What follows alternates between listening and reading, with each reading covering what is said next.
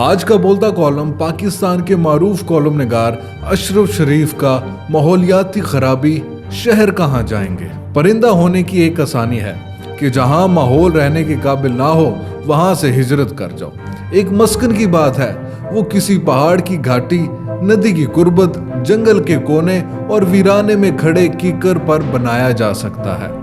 مسئلہ ہم انسانوں کے لیے بن گیا ہے کہ جن شہروں کو ہزاروں برس تک عالی شان عمارتوں، باغات، شاہراہوں، تعلیمی اداروں اور شفاخانوں سے بسایا، اب وہاں سانس لینا دوبھر ہو گیا ہے۔ پانی کی کمی اور بجلی کے تعطل کے ساتھ اب شہر ہر وقت دھوئیں سے بھرے رہتے ہیں۔ ستم یہ کہ منتخب نمائندے، ادارے اور حکومتیں ہماری جانب بڑھتی موت کی چاپ سننے سے آ رہی ہیں۔ کچھ صاحب ثروت ارد گرد پیڑ لگواتے ہیں۔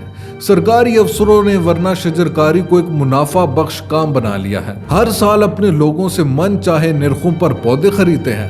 اگلے سال تک دیکھ بھال نہ ہونے سے یہ پودے مر جاتے ہیں۔ ایک بار پھر شجرکاری کی ضرورت پر لیکچر ہوتے ہیں، حکومت فنڈ جاری کرتی ہے اور سال بعد سوکھے پودے نظر آتے ہیں۔ یہ چکر کئی اشروں سے جاری ہے۔ پی ٹی آئی حکومت سے پہلے بھی شجرکاری ہوتی تھی، بلین ٹری سونامی میں درخت لگائے گئے اور اب پنجاب حکومت نے جنگلاتی و ماحولیاتی تحفظ کا منصوبہ ترتیب دیا ہے۔ جب تک افسر شاہی سے یہ کام واپس نہیں لیا جاتا، امکان ہے کہ ملک میں نیا پودا تناور درخت نہیں بن سکے گا۔ پاکستان نے 2030 تک کاربن کے متوقع اخراج میں 50% کی کمی کا عہد کر رکھا ہے۔ 2022 میں وزیر اعظم شہباز شریف نے کہا تھا کہ فوسل فیول کے درآمدی بل کو کم کرنے کے لیے زیادہ سولر، ونڈ اور ہائیڈرو پاور منصوبے لگانے چاہیے۔ انہوں نے یہ بھی کہا تھا کہ معاشی بحران نے لوگوں کے معاشی حقوق کو نمایاں طور پر متاثر کیا ہے، انہیں ضروری وسائل اور مواقع سے محروم کر دیا ہے۔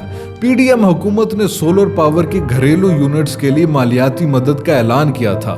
یقینی طور پر اس سے بجلی کی فراہمی کا مسئلہ حل ہوگا، لیکن جب تک گھروں کا تعمیراتی ماڈل نہیں بدلے گا، درجہ حرارت نیچے نہیں آ سکے گا۔ یہ ماحولیاتی مسئلہ ہے جسے اب بجلی کی مشینیں حل نہیں کر سکیں گی۔ موسمیاتی تبدیلیوں کے اثرات نے گرمیوں کی لہروں کو تیز کر دیا ہے، جس کے نتیجے میں تباہ کن سیلاب آتے ہیں۔ بتایا گیا کہ 2 سال پہلے سیلاب میں 1100 سے زیادہ افراد کی جانیں گئیں اور 33 ملین متاثر ہوئے۔ تقریباً 7.5 لاکھ لوگوں کو محفوظ اور مناسب رہائش، تعلیم یا صحت کے بنیادی ڈھانچے تک رسائی کے بغیر چھوڑ دیا گیا تھا۔ ابھی تک عالمی اداروں سے ملنے والے فنڈ سے لوگوں کو گھر تعمیر کرنے میں مدد نہیں مل سکی۔ ناانصافی کا ایک مروجہ طریقہ پھیل رہا ہے۔ پاکستان عالمی گرین ہاؤس گیسوں میں 1% سے بھی کم حصہ ڈالنے کے باوجود اپنے جغرافیائی حالات کی وجہ سے موسمیاتی تبدیلیوں کے اثرات سے غیر مناسب طور پر شدید متاثر ہو رہا ہے۔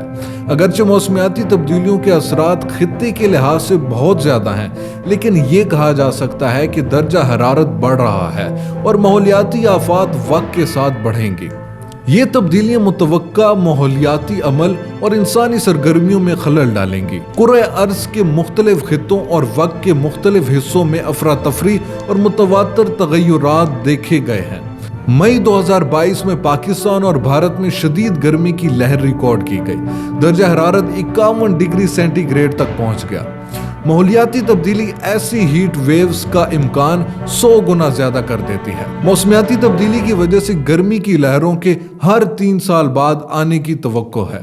مجموعی طور پر جنوبی ایشیا کے لیے IPCC کی 6ٹی تشخیصی رپورٹ بتاتی ہے کہ گرمی کی لہریں اور مرطوب گرمی کا دباؤ زیادہ شدید اور متواتر ہوگا، اور یہ کہ ہر سال موسم گرما میں مونسون کی بارشوں میں اضافہ ہوگا۔ نتیجتاً یہ زراعت اور پانی پر انحصار کرنے والے شعبوں کی پیداواری صلاحیت اور کارکردگی کو نمایاں طور پر متاثر کرے گا۔